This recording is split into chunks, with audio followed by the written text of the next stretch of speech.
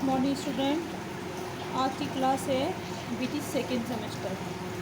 आज हम आपको बताएंगे वैदिक युगीन शिक्षण विधियाँ। जैसा कि हमने पिछली कक्षाओं में आपको वैदिक युग की प्रकार वगैरह बताए थे, तो उसी से आज आगे रिलेटेड टॉपिक है आपका शिक्षण विधियाँ। ठीक है, वैदिक युग की शिक्षण विधियाँ क्या क्या हैं। तो आज चर्चा करते हैं वैदिक युगीन शिक्षण विधियों के बारे में। तो सबसे पहले विधि है इसमें प्रवचन विधि। ठीक है, तो बात करते हैं आज हम प्रवचन विधि की।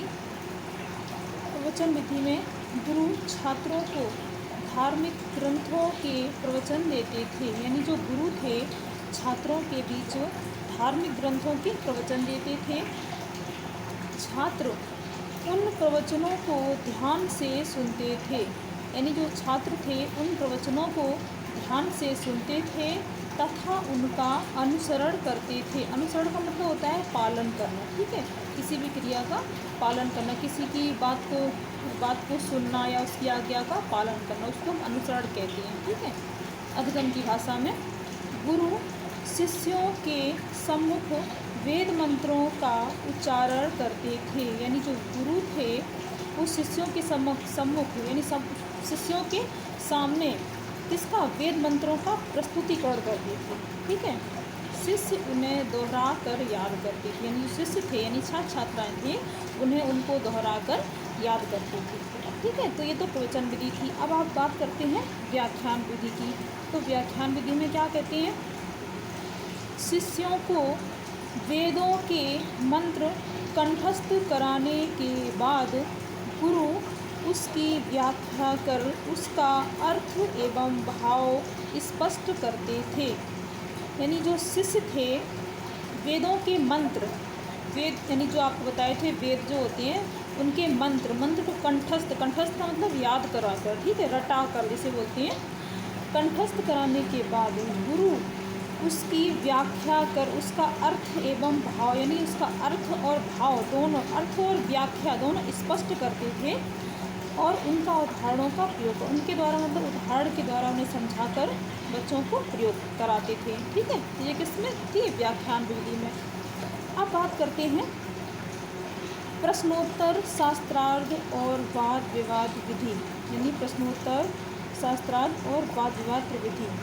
इसमें इस काल में गुरु उपदेश देते थे, व्याख्यान देते थे, साथ ही छात्रों की शंका का समाधान करते थे। यानी इस काल में गुरु उपदेश देते थे, ठीक है, व्याख्यान देते थे, साथ ही छात्रों की शंका मतलब समस्याएं, ठीक है, शंका का मतलब होता है समस्या का समाधान करने के लिए बीच बीच में प्रश्न भी पूछते थे, यानी बीच बीच में प्रश्न भी पूछते रहते थे। इन प्रश्नों के द्वारा छात्रों की समस्याओं का निवारण किया जाता था, यानी इन प्रश्नों के द्वारा ही छात्रों की समस्या होती थी उसका हम क्या करते थे, निराकरण।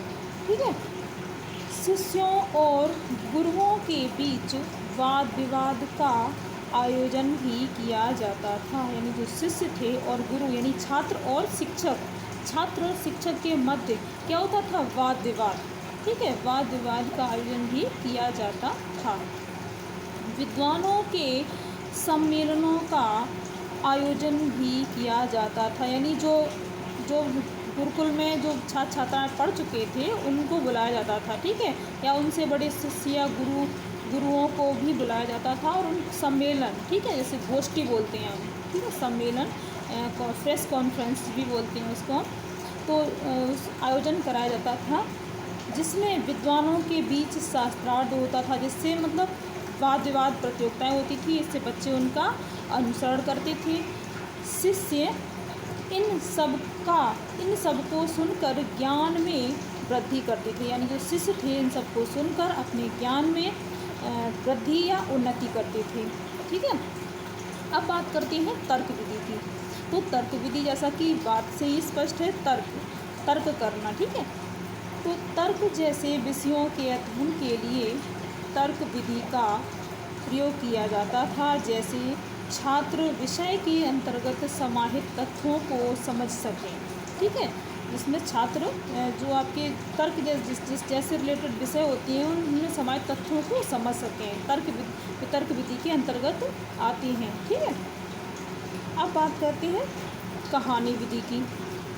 तो कहानी विधि में क्या है, गुरु शिष्यों को शिक्षाप्रद कहानियाँ सुनाते थे, यानी जो गुरु थे वो शिष्यों को शिक्षाप्रद कहानियाँ सुनाते थे तथा बाद में शिष्यों से प्रश्न पूछते थे, यानी जो गुरु पहले कहानियाँ सुनाते थे और बाद में उसी कहानी से रिलेटेड प्रश्न पूछते थे।